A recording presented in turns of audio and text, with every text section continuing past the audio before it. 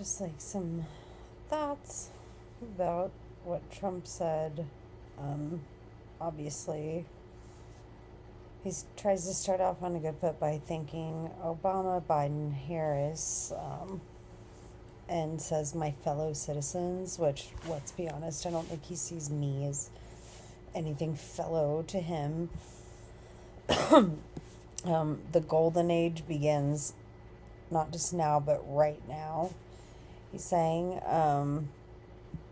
So, yeah, he's like, thanks for coming. We're about to take over the world.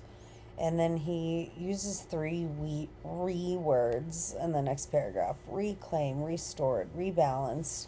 And then he goes for some alliteration.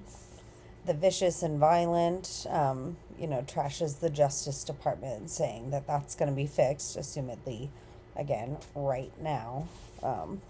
Because this all falls under the golden age that we're entering. Creating a free nation, which feels ironic because obviously I don't think women see it that way, or black people, since later he talks about a colorblind America and not needing race and gender and everything. But yeah, he mentions that he's back in the presidency, wants us to remember that he's been there before. Uses the word thrilling. So it's golden era, it's thrilling, we're reclaiming, restoring, rebalancing. This, I don't know what this was supposed to be. Like, who was this for? A tide of change. Sunlight is pouring over the world. Like, why are you doing that? We must be honest about the challenges we face. Like, let's be honest, the challenge he's facing is like the person reading this right now. We must be honest about the challenges we face, which is the 99%. It's like, what should really be there? Oh my god. I'm pretty sure my jaw dropped when I read the annihilated, use the word annihilated. We've got to be honest about the challenges and annihilate them, is like the gist of that. Oh yeah, the great momentum. Like, sunlight's pouring over the world. There's so much momentum, but like, we've got to annihilate shit. He's like, do tides and sunlight, annihilate the challenges for the great momentum. Talking about we gather today, which I'm like, he didn't say anything about like, as we, this massive, greatest gathering of people ever. He just said, as we gather today, our government confronts a crisis of trust. Like, dude, your reports on COVID were so bonkers. Like, yeah, it's a crisis of trust. I don't think you're under felony indictment. Like, I think there's some trust issues. Yeah, so he's talking, for many years, the establishment's been radical and corrupt. I'd kind of like made notes on the first few parts, but providing sanctuary, saying we're providing a sanctuary for dangerous criminals. So yeah, this next paragraph we immediately go into immigration, right? So like, tide of change, challenges we face, boom, a whole thing on immigration. I don't understand, like, since I didn't listen to it, I just read the transcript. This bit, they don't have a home any longer. That's interesting, but we can't let this happen. Like, the whole, obviously it's ironic, right? Like, him talking, first off, he says the wonderful people of North Carolina, and he's like, oh yeah, and the people in LA, or more recently Los Angeles, right? Like, the wonderful people of North Carolina. Like, okay, roger that, bud. We get it. You're a big fan of North Carolina because they're big fans of you. And then he's like, some of the wealthiest, most powerful individuals in our country, which just was kind of bone chilling. Like, that's you and Elon. Like, I don't. He's like, some of whom are sitting in this room right here, right now. Like, who is that for? That's like the tides of change moment. Like, I I didn't realize that that was going to be a flex. Like, there's some celebrities here. Like, I do and I don't understand that part. But this next part, like, imagine being a celebrity sitting in the audience, and he says, this is the quote, they don't have a home any longer. That's interesting, but we can't let this happen. Like, that's interesting, but. Why I say but? Um, Everyone is unable to do anything about it. That's going to change. Like, and then you want to say drill, baby, drill. Like, later on, you want to talk about drilling. Like, we're not going to let this happen. We're going to drop out of the green initiative because these fires are awful. Like, I get that you needed to address the current national crisis, but you did it really badly. Like, who is this for? Who is this for? La la la. He goes on talking about how I think he says we spend more money than any country. Yeah, than any country anywhere in the world. That was like very Donnie language on more, yeah, more money. Any country, anywhere in the world. Like, you could have just said any country, right? Like, I love how he talks about Mars and how we're gonna put the red, white, and blue stripes on Mars later on. He like feels the need to make sure that he doesn't just say any country, anywhere in the world. Like, I'm pretty sure only you don't think of certain countries as part of the world, which is probably why you needed to establish that. Like, the man who talks about shithole countries, like, I don't know. Um, yeah, he's talking about, oh, yeah, all of this will change starting today. It will change very quickly. So he's already said right now, as far as the golden era, and then he's saying the healthcare thing is going to change.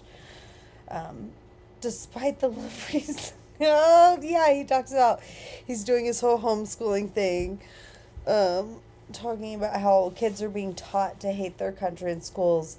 And then this is another just one of those sunlight rolling over the world's tide coming in, despite the love that we so desperately try to provide them. Talking about the kids, like, that was just an incomplete thought. Surely this was written. I feel like he improv'd a good amount of it. Because that's his relatability thing, right? Like, if his people are like, oh, he's reading shit, like, he's being fed things, he's just another liar. I don't know that they'd be that critical, but,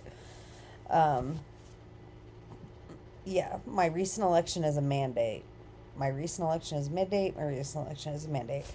To completely and totally reverse a horrible betrayal. You've already used the word vicious, and I forget the other alliterative V word you used up above. Like, we get it. You know some, like, 3-syllable words. That's very cool. Chill, bro. It's an inauguration speech. Like, who does this? You know, who goes and says we're bringing back something from 78, and then also wants to talk about, like, I don't know. I really don't know, but I think it was like Roosevelt and whoever, like, got him the money to get him the Panama Canal that he then gave, but then now this other person has it and we're gonna get it back. Just, like, chill, bro. What the fuck? Like, you know that your people can't follow this, and that's the point. That is the point. Despite the love we so desperately tried to show them, so desperately. Make America great again, so desperately. My recent election, yeah, okay, so, we want to give the people back their faith, so the whole, like, you know, War on Christmas people had to be psyched about that. Like, yeah, no more Xmas. They need their democracy back, says the man who, like, criticized elections in general because he lost. Our nation's glorious destiny, pursuit of happiness. You're already fucking that up. Like, that was the glorious destiny. Yeah, 250-year history. Shout out to him. Like, oh my gosh, look who, like, got something accurate. I don't even know if that's accurate. I'm not positive. It sounds about right. Um, and then he talked about the beautiful Pennsylvania field. So I don't know specifics about Pennsylvania's politics, but you know, if that had happened in Colorado, it'd be like in a field near Aurora where the gangs were taking over. Which, when I first heard about that being in Colorado, I was just like, is that right? Is that what's going on? No, I haven't heard about it. Yeah, no, yeah, I live not far from. No, we haven't heard anything about it because it's not happening. I can't believe I haven't heard about it. Of course, I haven't heard about it.